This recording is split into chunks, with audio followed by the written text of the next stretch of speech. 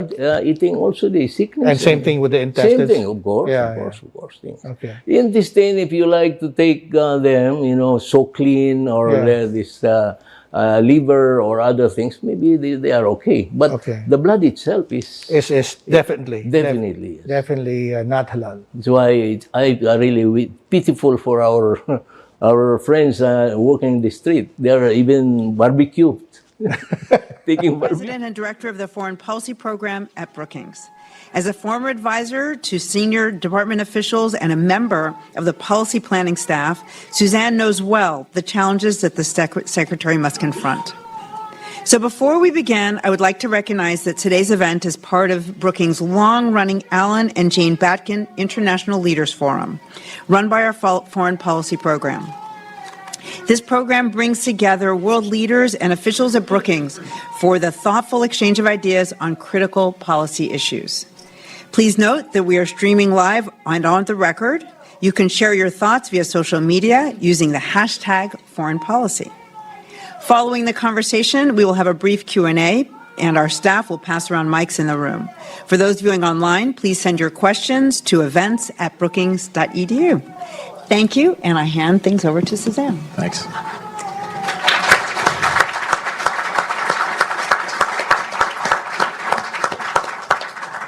Thanks, Cece, and thanks to all those of you in the room for waiting patiently as we got things underway here this morning, and especially to all those of you online. Secretary, it's wonderful to have you back here at Brookings again. It's been a little over a year since we last saw you in our halls, and you've been awfully busy since that time. The United States is playing a critical role in coordinating with partners and allies around the world and dealing with two major wars, navigating a complex and at times turbulent relationship with China, and contending with a host of crises from Haiti, Sudan, North Korea, and the South China Sea.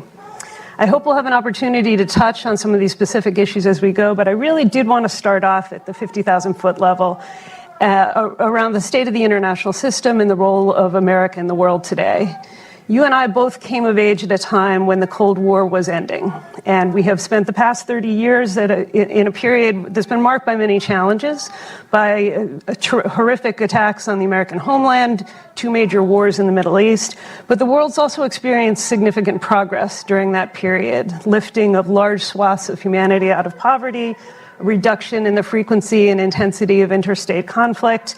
And we seem to be building an order where cooperation and liberalization were bolstered by both economic interdependence and the waning of some adversarial ideologies.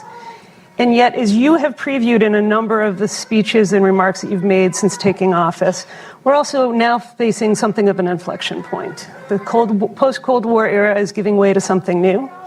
Can you describe the strategic landscape today and how the United States and the Biden administration have sought to address this complicated new era that we are finding ourselves in? Well, thank you, Suzanne, and thanks to everyone for being here this morning. It's so good to see so many friends, colleagues, familiar faces in this place where I've spent a little bit of time over the past 30 years. It's always good to be back at Brookings. So I think you're exactly right. We are at an inflection point. We are at a point where the post-Cold War era is over, and there is a race, a competition on to shape what comes next. We see that in the emergence or reemergence of great power competition. We see that in so many global challenges that have come to the fore and are interconnected. There's a greater multiplicity and complexity of challenges and interconnectedness of challenges than any time since I've been doing this in the last 30 years. And the question is, how are we going to approach them? How are we going to try to shape them? We come into this with a couple of premises. One is that when our country is not engaged, when we're not leading, then either one of two things. Either someone else is, and probably not in a way that advances our own interests and values, or maybe just as bad, no one is. And then you tend to have vacuums that are more likely to be filled by bad things before they're filled with good things. So there's a premium on our engagement and on our leadership. But the flip side is this. More than at any time since I've been doing this last 30 years, there's also a premium on finding new ways to cooperate, to collaborate, to communicate, because we do not have, as powerful as we are, the capacity to meet these challenges effectively alone. And so we've worked very hard to re-energize, to reinvigorate, and in many ways to reimagine these alliances and partnerships. I think, Suzanne, if you step back and look at the road that we've traveled just over the last 3.5 years, it's very easy to forget where we were 3.5 years ago. Obviously, we had a global health crisis and a country that was quite literally paralyzed by COVID. We had an economic recession, the worst since the Great Depression, and not just here, of course, but globally. We had alliances and partnerships that were deeply damaged and frayed.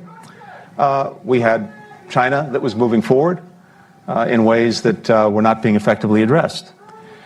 And I think what we've seen in the last few years is an extraordinary reemergence here from, obviously, from COVID and putting that in the rearview mirror.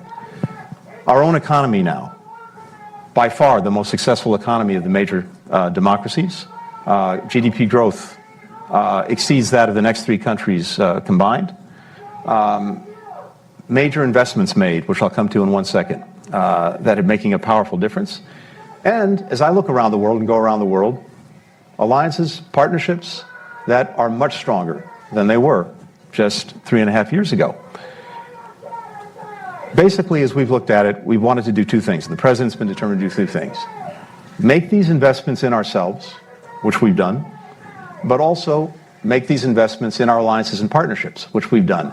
And the basic idea is when you do that, as we've done, you can deal with the multiplicity of challenges from a position of strength, not a position of weakness. We live in a very dangerous world.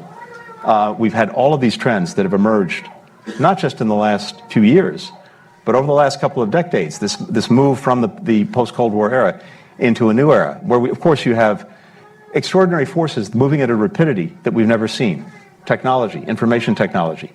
And it creates, I think, for a lot of people, a sense of destabilization, not knowing where your North Star is.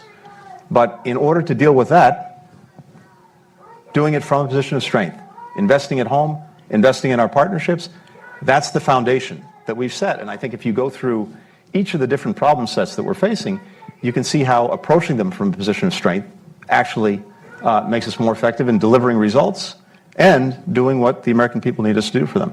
I want to drill down a little bit on that point. We've had on this stage both National Security Advisor Jake Sullivan and more recently Deputy National Security Advisor Dalip Singh, both times in conversations with Brookings economists, both times talking about industrial policy, about economic statecraft, and that has been a major element of the administration's approach to so many of the challenges that we face around the world.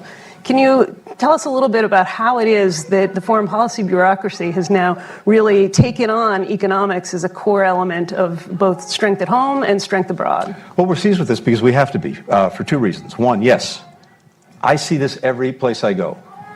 Our strength at home manifests itself directly and clearly in our strength abroad. As country after country has seen the kinds of investments we've made in ourselves, whether it's in our own infrastructure to make sure that our roads, our bridges, our communications are leading the way.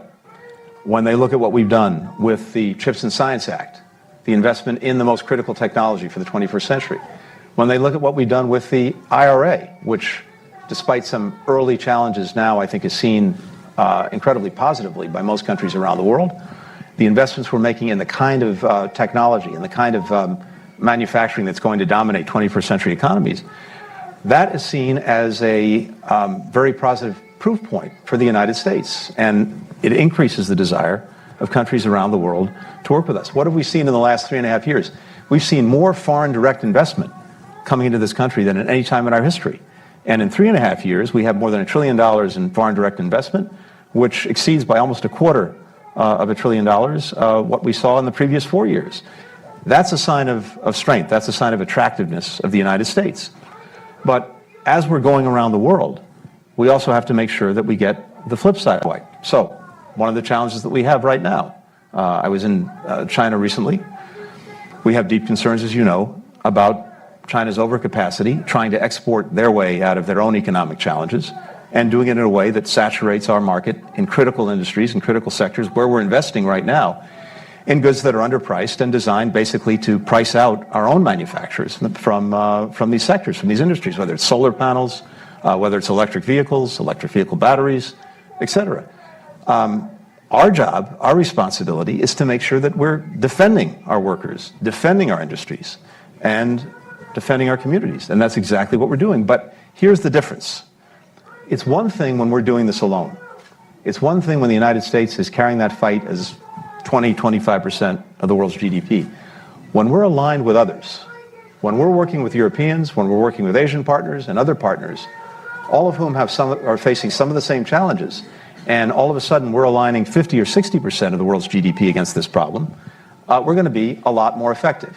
And that's the other big thing that I think we've seen over the last 3.5 years. A much greater alignment, a much greater convergence between us and key partners in Europe, in Asia, and beyond on how to tackle some of these challenges, including some of the challenges posed by China and, of course, the challenges posed by Russia. Well, I do want to come to the question of alliances in just a moment to talk more about the upcoming NATO summit. But I did want to ask you about an issue that is much in the news these days, especially over the course of the past couple of days. Since the debate between President Biden and former President Trump, there has been a sense of strong discussion and lots of views being elicited. You have worked with President Joe Biden for decades. Can you tell us what you think friends and foes around the world should know about American leadership today under President Biden? Well, I think what the world knows, the world has experienced over 3.5 years, not one night, is exactly the kind of leadership that he's brought to bear on problems that are common for so many countries, particularly so many of the democracies around the world. And as I've seen it, again, going around the world, there's a desire, there's a thirst for American engagement, for American leadership. Even when we have disagreements with countries, they still want us in this and even leading to try to get to a better place. And they've seen a president who's reinvested America in the world, reinvested in these alliances, in these partnerships, in ways that they seek and want. If you look at surveys around the world, for what they're worth, you see again and again and again that confidence in American leadership has gone up dramatically over the last 3.5 years. That doesn't just happen. It's the product of choices. It's the product of policies that we pursue. It's the product of our engagement. And they see President Biden having led the way in all of those different areas and in ways that are bringing people together and focused in the same way on the challenges that we have before us and that are common to so many other countries. So what I'm seeing, what I'm hearing is, again, people are looking at the last 3.5 years. They're looking at policies. They're looking at policy choices. And for the most part, they like the choices and the policies that this president's pursuing. Well, as we've talked about, alliances are critical. The NATO summit is coming up in just a week, celebrating 75 years of that alliance, and we'll do it here in Washington. But there are also real questions about the future of NATO, about the place of Ukraine. And this administration has done an amazing job, I think, in foreseeing the crisis that was to come, mobilizing friends and allies around the world. But we are at a point where the Ukrainians don't appear to be making progress on the battlefield. The war appears to be ground to something of a standstill in terms of territory lost and gained. And the Ukrainians themselves are obviously quite frustrated about the level of assistance that they've received from the West, grateful but also frustrated. And there was an interview yesterday in which President Volodymyr Zelensky talked about the sense that he has that Ukraine and the West have different understandings of what victory means. Can you give us a sense of what you see as victory, what the NATO alliance is prepared to commit to do in terms of ensuring that there is, in fact, a victory in Ukraine that preserves Ukrainian sovereignty and that positions the West in an advantageous way vis-a-vis Russia? Sure, and let's remember where we started, where we were. Again, very important and easy to forget. In February of 2022, as the Russians attacked Ukraine, the real fear, the real concern, was that they would succeed in their objective. And remember what Putin's objective was. It was to literally erase Ukraine from the map, to end its future as an independent country, to subsume it into a greater Russia. That hasn't happened and will not happen. And that's because of two things. It's because, of course, of the extraordinary courage and resilience of Ukrainians, but it's also because 50 countries, more than 50 countries, came together, led by the United States, in support of Ukraine. in its defense. So that's already a huge success, because given where we were and given where this could have gone, where people thought it would go, it hasn't gone there, and it's not going to go there. But as we look ahead, I think we have to focus on, yes, this question, what is success? And for me, for us, I think success is very clear. It's a Ukraine that is a strong, successful country, increasingly integrated with the West, and a country that can stand on its own feet, militarily, economically, democratically.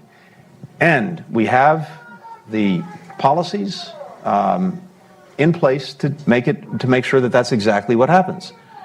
Militarily, yes, of course, Ukraine has to deal with the ongoing aggression right now.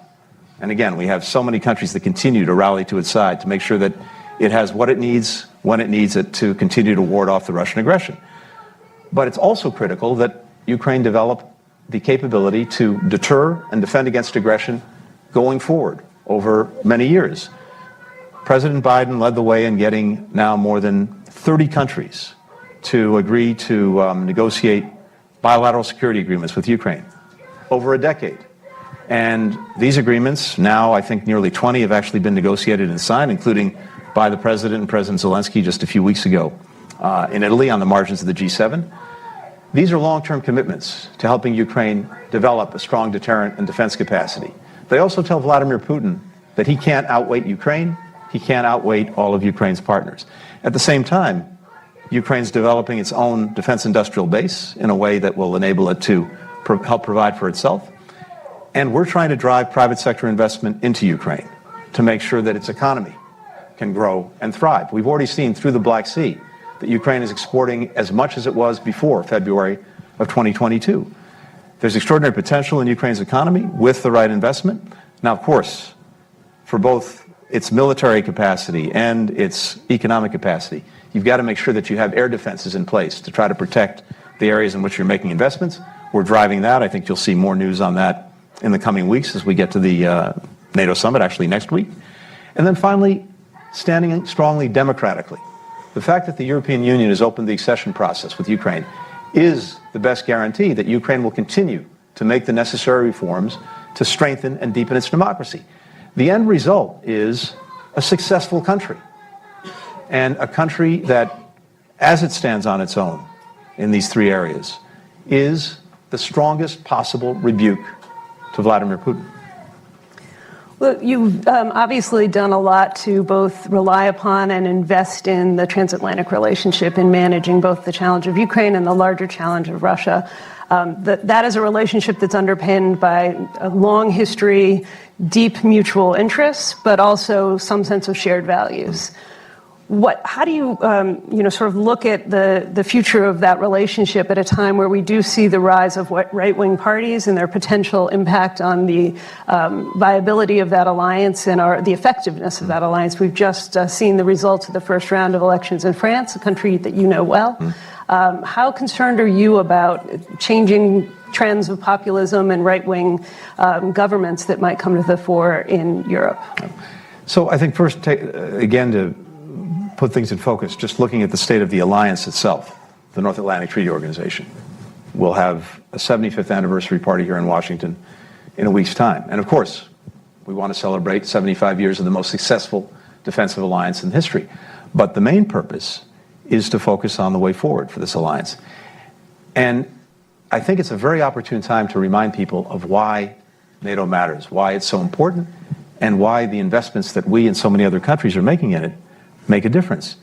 And it really comes back to something very basic that was at the heart of the formation of the alliance to begin with, and that's the power of collective defense.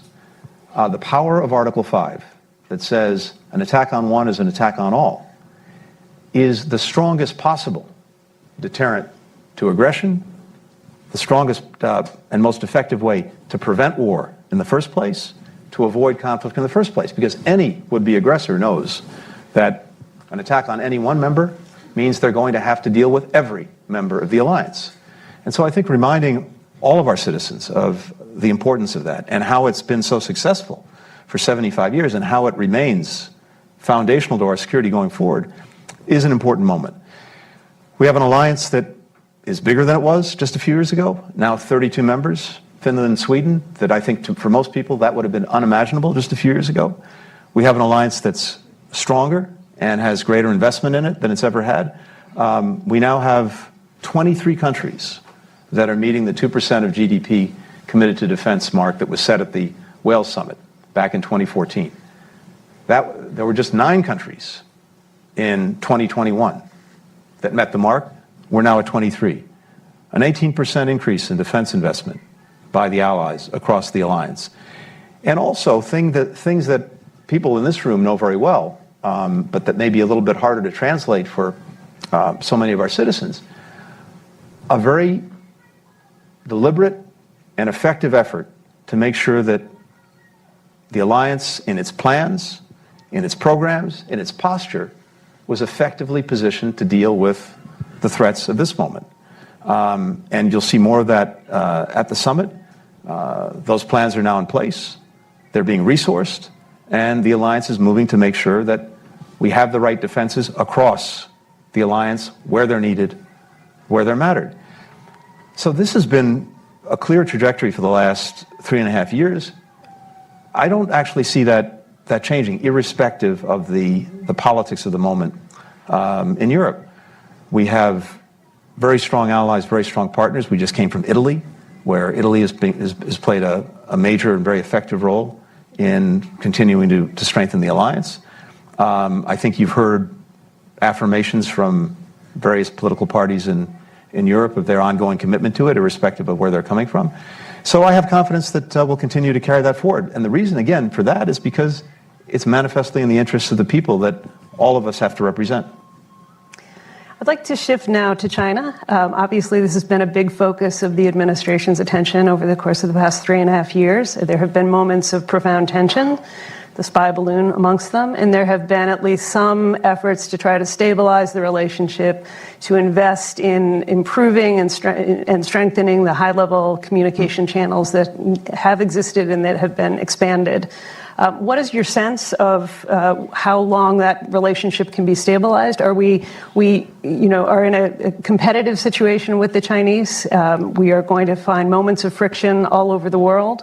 Are we able, in fact, to sustain that kind of stability, or are we likely to cycle through in a kind of erratic phase of crisis to stabilization and back and forth? So I think that there's an expectation, both from the American people and from people around the world, that we'll do everything we can to manage what is arguably the most complex and consequential relationship of any in the world, manage it responsibly. And that means a few things. It means being very clear and standing up effectively to the areas where we have profound disagreements and would take the world in different directions. And that's what we've done. It also means trying to find, wherever we can, areas of cooperation where it's clearly in the interests of our people, Chinese people, people around the world, for us to cooperate. We've done that too, and I'll come back to that in a second. And it means not only recognizing, but embracing the fact that, yes, we are in an intense competition to shape what the international environment looks like over the coming decades. And for Americans, there's nothing pejorative about the word competition.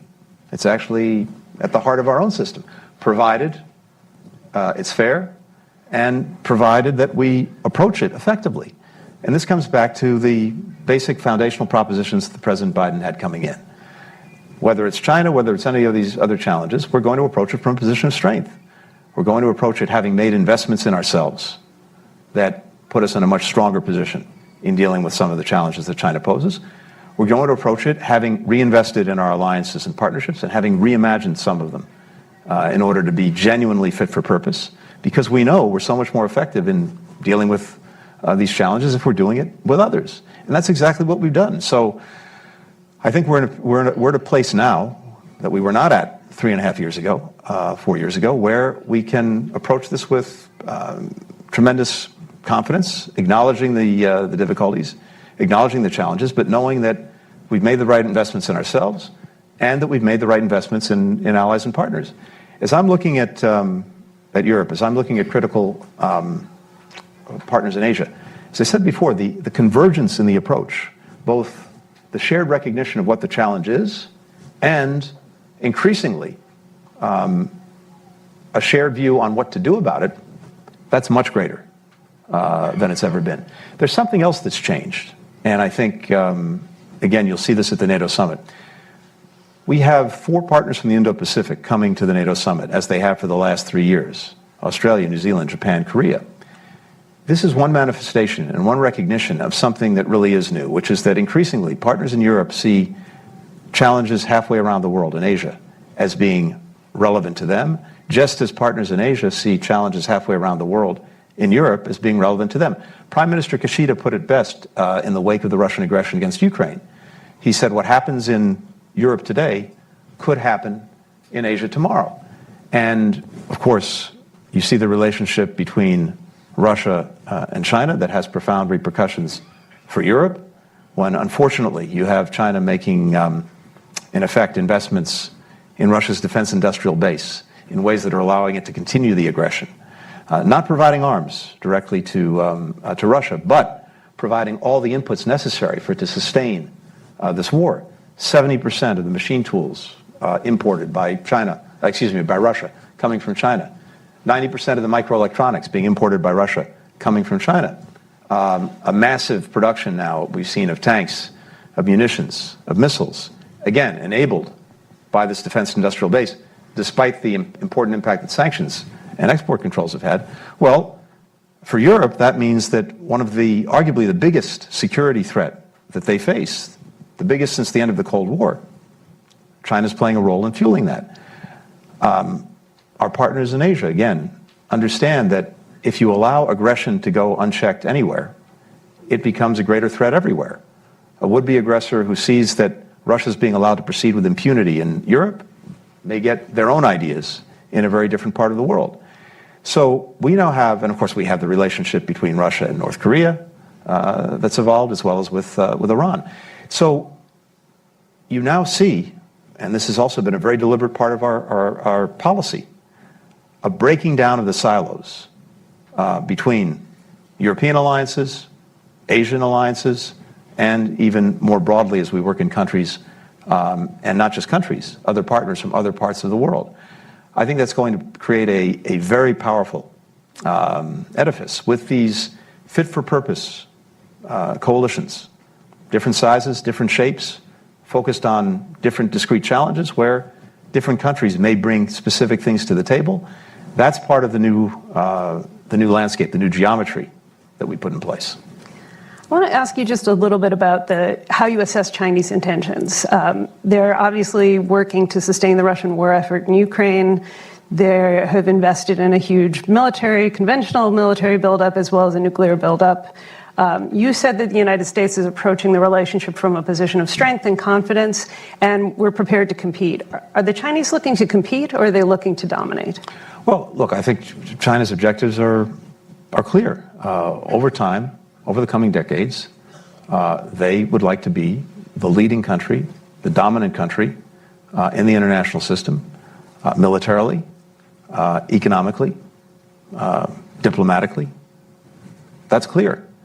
And if their vision for the world actually matched ours or matched many other countries, that would be one thing. But they have a different vision of what that future looks like.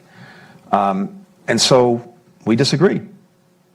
And we're going to compete very vigorously to make sure that we're the ones who are effectively shaping that future. Now, again, this is something that defies being put on a bumper sticker. You can't simply put it on the back of your car. The complexity of it, the fact that our countries and so many of our societies are so intertwined, means that, again, there are going to be areas where we're in vigorous competition. There are areas where we're clearly going to be contesting. But there are also areas where we're going to be cooperating because, again, it's in our mutual interest. And there's a demand signal from countries around the world. One example, and we'll see where this goes. The number one killer of Americans aged 18 to 49 is fentanyl, a synthetic opioid. Not car accidents, not heart attacks or cancer or guns. Fentanyl.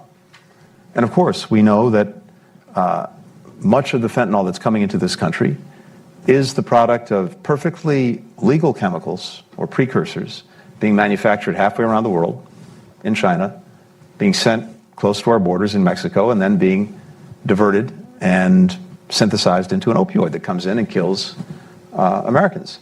40% of Americans, 40%, nearly half the country, know someone who has died from an opioid overdose. That's the magnitude of the problem.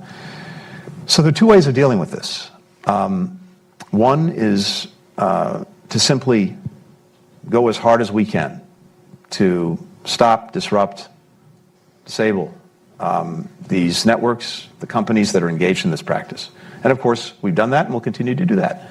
But the other way is to try to elicit greater cooperation. And that's also exactly what President Biden has done. When he met with President Xi at the end of last year, San Francisco, on the margins of APEC, one of the big subjects was exactly this: fentanyl, synthetic opioids. And one of the propositions that he put to President Xi was this: look, this problem that we're facing, where America's been really the canary in the coal mine, is now spreading to many other parts of the world. Markets are so saturated here that the criminal enterprises that are engaged in this have worked to make markets in other places, in Asia, in Europe, in Latin America. And you're going to have more and more countries insisting that you engage responsibly in dealing with this challenge. So whether you want to do something with us or for us almost doesn't matter, because so many others are going to be insisting that you do. And what we've seen, and so we want to work together on this, and we'd like to see Chinese leadership on this.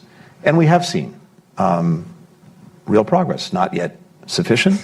We have to see over time if it's sustained and it makes a difference. But in terms of putting forward new regulations, in terms of taking down some of the companies that were illicitly engaged in the diversion of these precursors, these ingredients for fentanyl, prosecuting people who were engaged in this practice, setting up a working group with us to try to make sure that we're focused on it day in, day out. That's happened, and that's good. That's progress. We also put together, and this gets back to these coalitions that we're trying to form, precisely because this problem is spreading around the world and more countries are concerned about it, as well as with other kinds of drugs, ketamine, methamphetamines, others that are afflicting so many societies. We know we have to deal with this collectively because it's the definition of a transnational problem. The United States put together a coalition that now includes more than 150 countries and organizations, where we are meeting almost day in, day out, developing best practices, developing common approaches, and working to make a difference to stop the flows of these precursors and other things that are going into what is a devastating killer. So I cite that only because I think it's so important that we don't lose sight of the fact that the complexity of the challenges, the complexity of the relationship is such that we have to be able to act on it in each of these different areas: the competition, the contestation, the cooperation. Thank you. I want to switch to another part of the world and to another transnational threat, that of terrorism. You've spent an awful lot of time in the Middle East since October 7th and the horrific attacks that killed more than 1,200 Israelis and took another 250 Israelis hostage, and dual nationals. You've been deeply involved with the diplomatic effort to try to bring an end to the war and to bring about the release of those still held against their will in Gaza. President Biden put forward an announcement just about a month ago of a plan that would lead to a durable ceasefire over phases and to the release of those remaining hostages. What is your sense of the likelihood that that plan can, in fact, come to fruition? And if it cannot, is there a plan B? I think the proposal that President Biden put forward is achievable, doable, which doesn't mean it will be achieved, doesn't mean it will be done, but it can be and it should be. And what we saw after he put out the proposal is quite remarkable. We've seen virtually the entire world come together in support of that proposal. Country after country standing up saying, yes, we support this. This is the way forward. This is the way to end the conflict in Gaza. This is the way to get the hostages home. This is the way to put us on a path to more durable security, more durable peace, a better future for Palestinians, for Israelis, and actually for the entire region. And so everyone came together in support, with one exception, and that was Hamas, which came back with, most charitably, a yes but, trying to impose new conditions, moving the line, actually coming back on positions it had already agreed to, and trying to get more. So we've been in an intense effort with the Egyptians, with the Qataris, to see if we could close the gaps that Hamas created in not saying yes to a proposal that everyone, including the Israelis, had said yes to. And we're working that almost literally as we speak. I believe that it is, yes, achievable, and it would be the best way forward, the quickest way to end the conflict in Gaza, to stop the violence, to massively surge assistance, to get everyone home, including American hostages.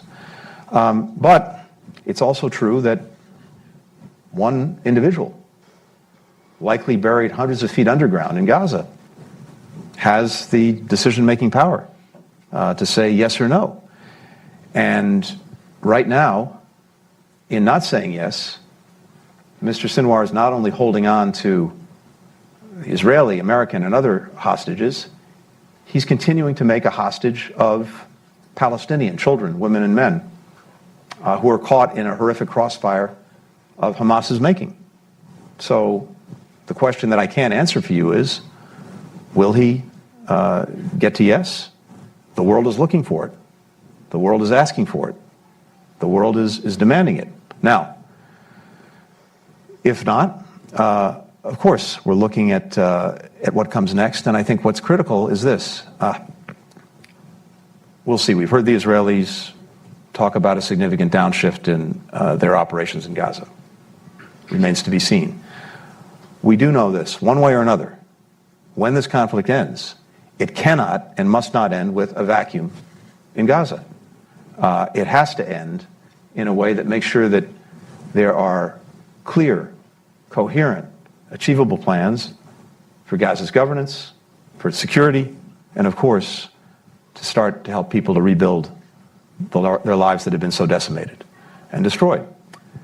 We've been working over the last months with partners throughout the region to develop those plans.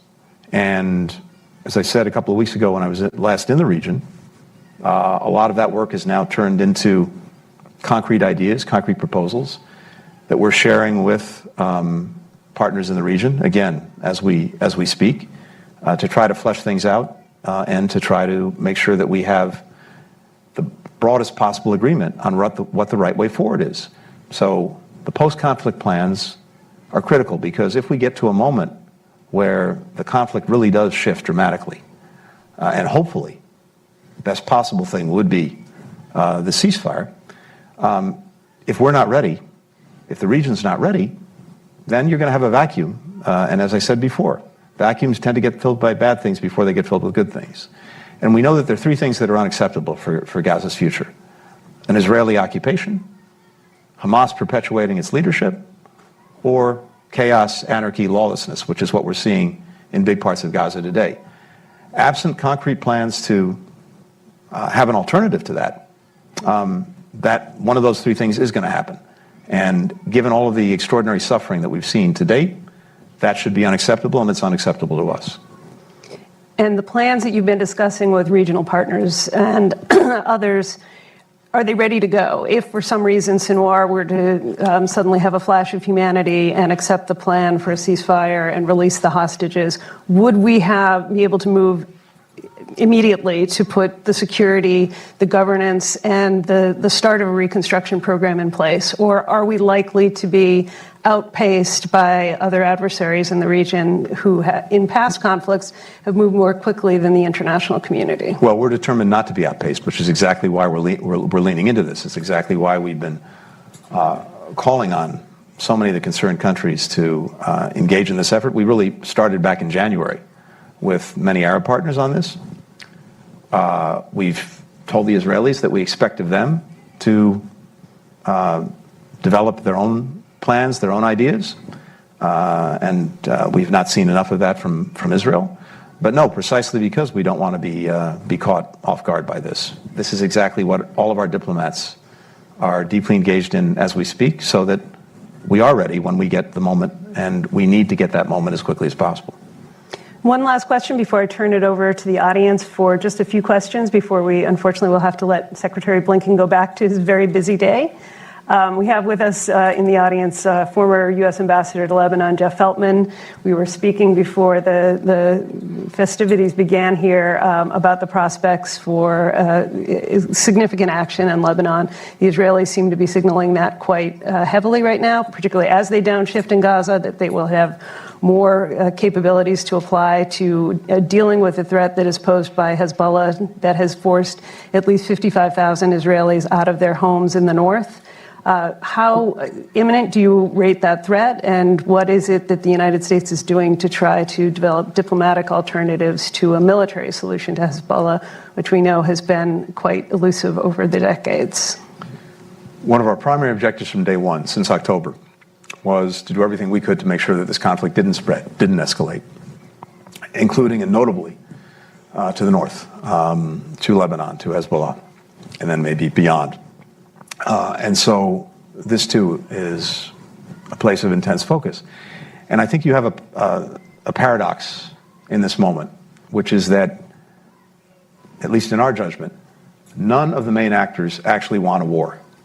Israel doesn't want a war, although they may well be prepared to engage in one if necessary from their perspective, protect their interests, but they don't want one. I don't believe Hezbollah actually wants a war. Lebanon certainly doesn't want a war because it would be the leading victim in such a war. And I don't believe that Iran wants a war, in part because it wants to make sure that Hezbollah is not destroyed and that it can hold on to Hezbollah as a card if it needs it, if it ever gets into a direct conflict with Israel. So on the one hand, no one actually wants a war. On the other hand, you have forces, momentum, that may be leading in that direction, and which we are determined to try to arrest. You have, as you said, Suzanne, 60,000 or so Israelis who've been forced from their homes in northern Israel. Israel has effectively lost sovereignty in the northern quadrant of its country because people don't feel safe to go to their homes. You have many Lebanese in southern Lebanon who've also been chased from their homes. And absent doing something about the insecurity, people won't have the confidence to go back. And that requires two things. It requires, first and foremost, of course, stopping the firing across the border that's endangering people. But it also requires an agreement, reached through diplomacy, to try to deal with some of the elements that are causing this ongoing insecurity, including making sure that forces, for example, are pulled back so that they can't endanger people every single day and that people have the confidence to proceed. Here again, the United States has been deeply engaged in trying to advance this diplomacy, but it also underscores why a ceasefire in Gaza is so critical. Hezbollah, of course, has tied what it's doing to the situation in Gaza and has said that if there's a ceasefire in Gaza, it will stop firing in Israel. Now, it shouldn't be firing to begin with. It's wrong in and of itself, but it's also a reality. So it only underscores why getting that ceasefire could also be critical to further enabling the diplomacy to try to create conditions in which the diplomacy can really resolve this problem, get people back to their homes in Israel, in southern Lebanon, and have something that's more enduring in terms of keeping things calm. By the way, Red Sea, the Houthis, same thing. Iranian-aligned militia groups. So much of this is tied to Gaza. And I think it underscores why it's clearly in the strategic interests of Israel as well to effectively bring this to a close. Thank you so much. We have just 2 minutes, so I'm going to try to take two very, very quick questions from our audience here in sequence, and then leave it to Secretary Blinken to close us out. If I can give my colleague Lynn Kwok, our Lee Kuan Yew Chair for Southeast Asia Studies here at Brookings, the first question. Thank you very much, Suzanne, and thank you, Secretary Blinken. You mentioned several times the greater convergence with Asian partners. That, I think, may well be the case for Northeast Asia, and you mentioned how Japan and South Korea are joining the NATO summit.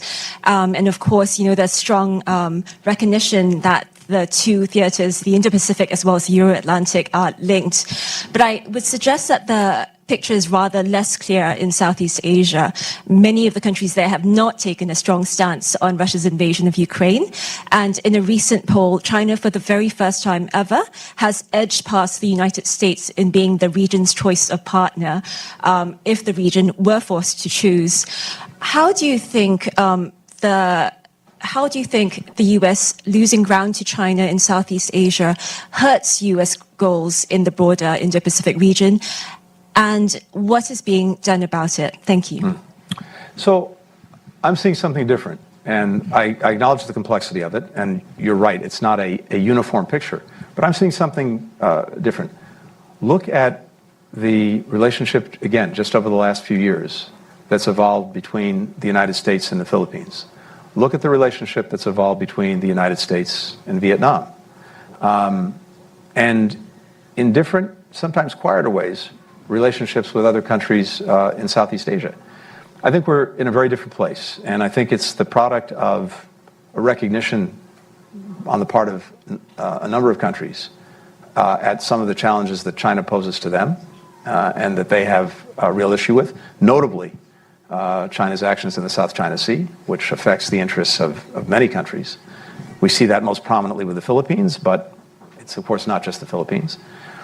I think countries also recognize that the number one provider of foreign direct investment in those countries is actually the United States.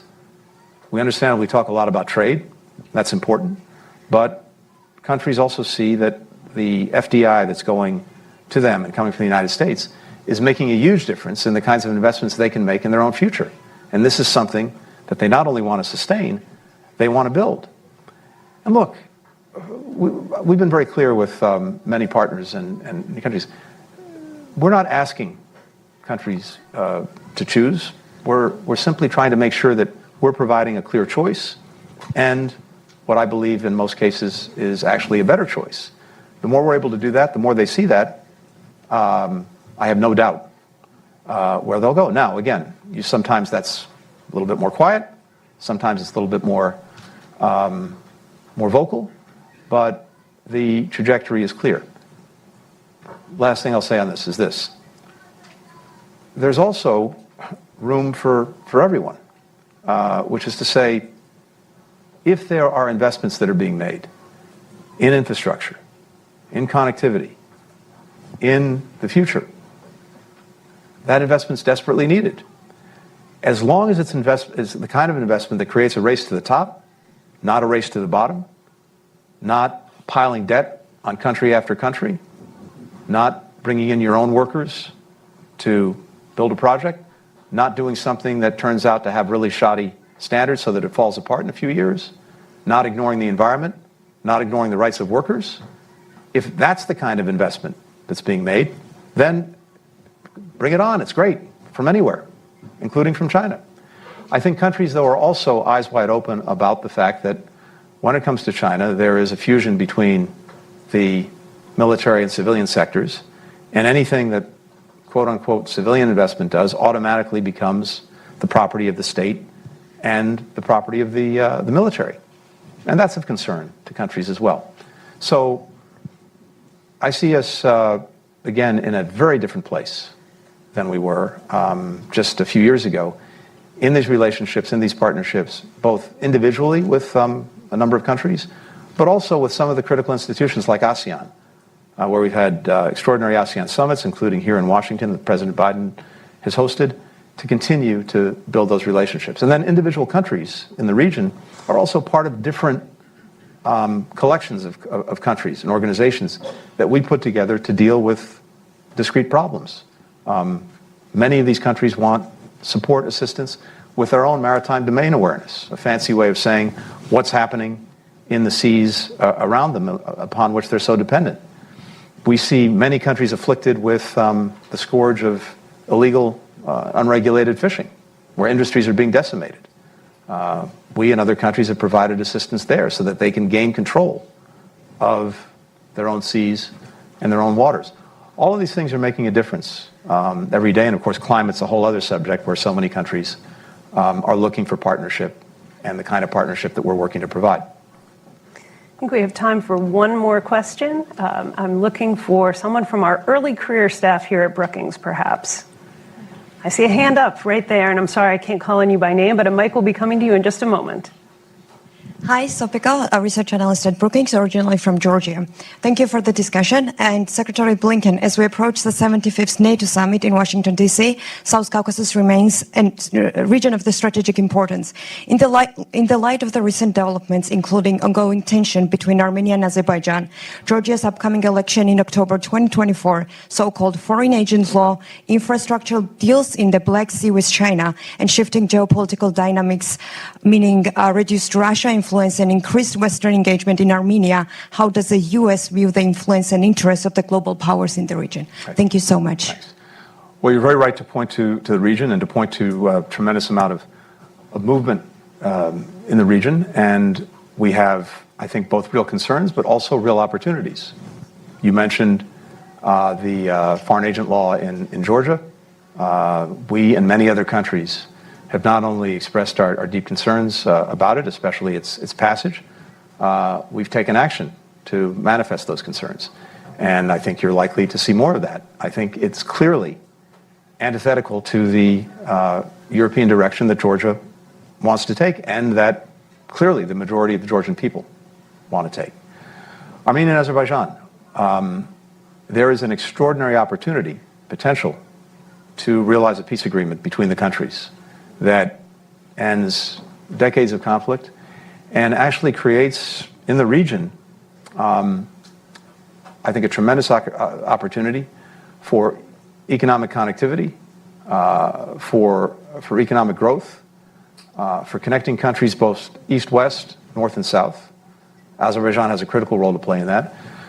We have invested intensely with our own diplomacy in trying to help bring Azerbaijan and Armenia to a peace agreement. We've done that in very close coordination with the European Union. And I think that that's something that really is within reach. I was speaking just about a week ago to President Aliyev on this. I think that's achievable, and it's manifestly in the interests of both Azerbaijan and Armenia, as well as the broader region. So we're attuned to the challenges, including some of the ones you've expressed in Georgia. We're also very focused on some of the opportunity, and the opportunity is real. Thank you. Before I close out our conversation today, I want to ask all of you to help us by staying in your seats while we bring Secretary Blinken and his colleagues to their vehicles. And so if you could just stay put in just a moment. But first, let me please join me in thanking Secretary Blinken, his amazing team, and the amazing team at Brookings that made this possible. Wonderful. Thank you. Thanks, everyone.